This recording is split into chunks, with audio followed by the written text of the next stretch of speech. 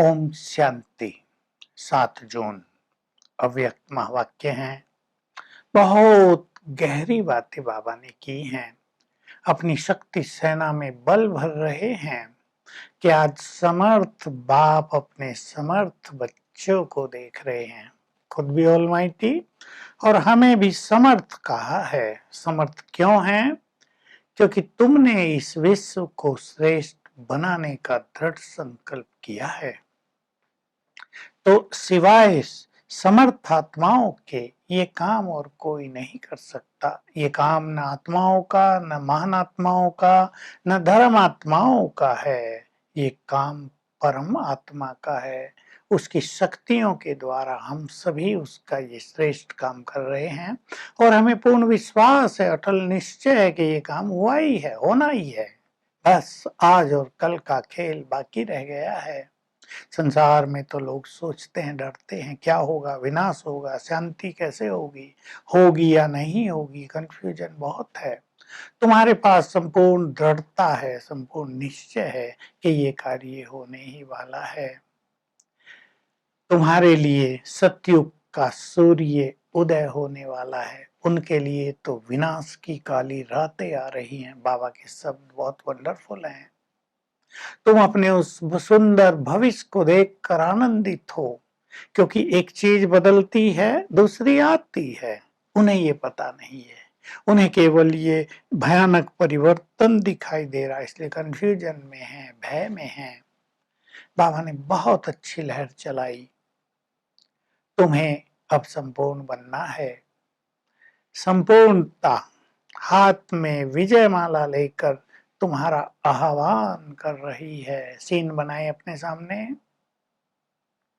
तुम्हारी संपूर्णता हाथ में विजय माला लेकर तुम्हारा आह्वान कर रही है। संपूर्ण बाप और तुम्हारी संपूर्ण स्टेज तुम्हारा आह्वान कर रही है। आओ जल्दी, बहुत समय हो गया है।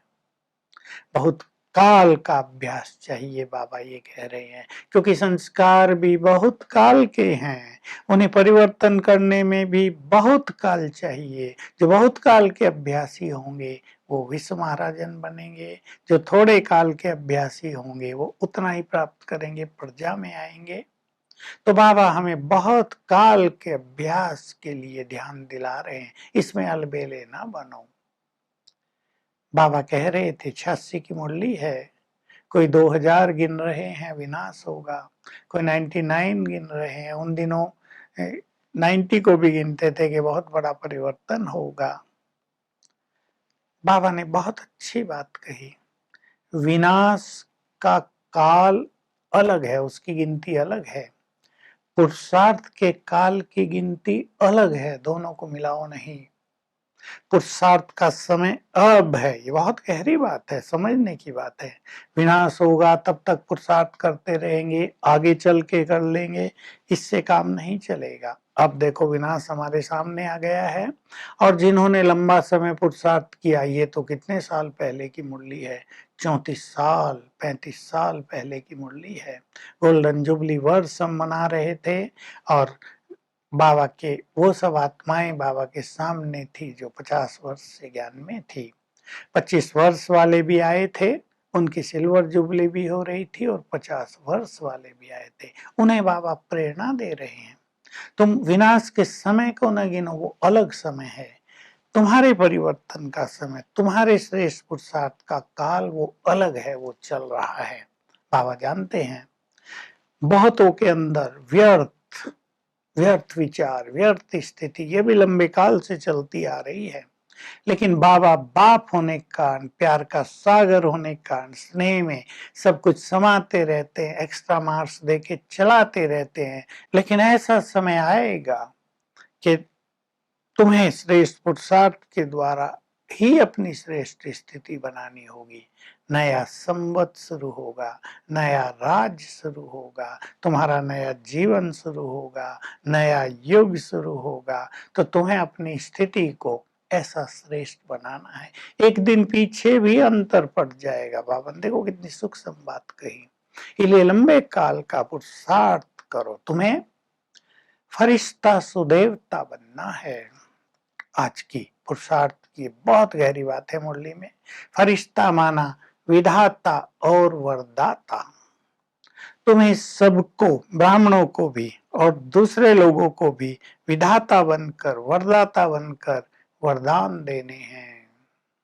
ये कार्य तुम्हें करना है और अपनी बहुत श्रेष्ठ स्थिति तुम्हें बनानी है। अब अंतिम समय आ गया है। फिर दादियों से बात कर रहे, बहुत ही सुंदर गुह्य बात है वो भी, कि तुम सभी ने ब्रह्मा बाबा को देखा। समेटने की शक्ति के द्वारा एक सेकंड में परिवर्तन। अभी अभी सेवा की बात कर रहे हैं, सुन रहे हैं, अभी अभी देवान से न्यारे हो गए, वहां डीप साइलेंस। अभी अभी डायरेक्शन दे रहे हैं, अभी अभी लगेगा यहाँ है नहीं, कहीं चले गए हैं। ऐसे नहीं, इस स्थिति में बाबा कुछ सुनते नहीं थे, सब सुनते भी थे, उत्तर देते थे। तो तुम्हारा भी ये अंतवाहक शरीर है, तुम्हें भी ये अभ्यास करना है। एक सेकंड में कहीं भी गए, चक्र लगाकर वापिस आ गए। तुम्हें भी फील होगा हम गए, उन्हें भी फील होगा ये आए। ये बहुत सुंदर हमारी स्थिति है। तो हमारा जो संपूर्ण फरिश्ता स्वरूप है वो हमारा वाहन बन जाएगा, वो हमारा वाहन है। हम आत्मा उसमें बैठकर कहीं भी चक्र लगाते रहेंगे, कहीं भी चले जाएंगे, किसी को कुछ मैसेज देंगे, किसी को कुछ प्रेरणा देंगे, किसी को कुछ सकाश देकर आएंगे और वापस अपने पास आ जाएंगे। फरिश्ता सदा ही देवता है, लेवता नहीं। और बाबा ने बहुत गहरी बात कही एक लाइन में, ये होना चाहिए, ये मिलना चाहिए, ये भी लेवतापन है, देवतापन नहीं। जो हो रहा है वही ठीक है। बाबा ने कहा, बाप दादा ने कहा था, 18 अध्याय पूर्ण हो रहे हैं, इसलिए स्मृति स्वरूप बनो, नष्टो मोहा बनो। मोह की प्रवृत्ति बढ़ गई है, अपनी प्रवृत्ति देखो, देह और इसके बहुत सारे साधन, सेवाओं की प्रवृत्ति बहुत बढ़ गई है, ब्राह्मण परिवार की प्रवृत्ति, और जो स्थूल में प्राप्तियां हो रही है उनकी प्रवृत्ति, यानी इन सब में भी मोह जा रहा है ना, बांध लिया है इन सब ने आत्माओं को। तो हमें इन सब प्रवृत्तियों से निवृत्त होना है। बाबा कह रहे हैं, पॉइंट्स तो तुम बाप से भी ज्यादा जानते हो, इसलिए और ज्यादा क्या सुनाए।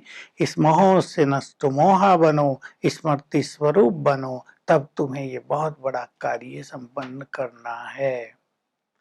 वरदान बहुत अच्छा है आज का, वह ड्रामा, वह इस स्मृति से खुशनुमा भाव। ड्रामा में बहुत कुछ होता रहेगा, कभी यह कल्याण भी दिखाई देता है, लेकिन यह कल्याण के पीछे कल्याण है, उसे देखकर वह ड्रामा, वह सब कुछ कल्याणकारी हो रहा है, सब कुछ श्रेष्ठ हो रहा है। सदा ड्रामा के गीत गाते रहो और आगे बढ़ते रहो। स्लोगन है, जहां शांति की शक्ति है वहीं सफलता है, संतुष्टता है। तो हम अपनी साइलेंस पावर को बढ़ाते रहें। तो आज सारा दिन हम अभ्यास करेंगे, मैं फरिश्ता हूँ, लाइट के शरीर में हूँ, ये अंत का संपूर्ण शरीर हमारा वाहन है, इसमें बैठकर हम कहीं भी यात्रा करके आएंगे। आज ये अनुभव हमें कई बार कर लेना है। Om Shanti. To watch Peace of Mind channel videos on YouTube, subscribe us on youtube.com/tvpeaceofmind. Just a click for a peaceful life.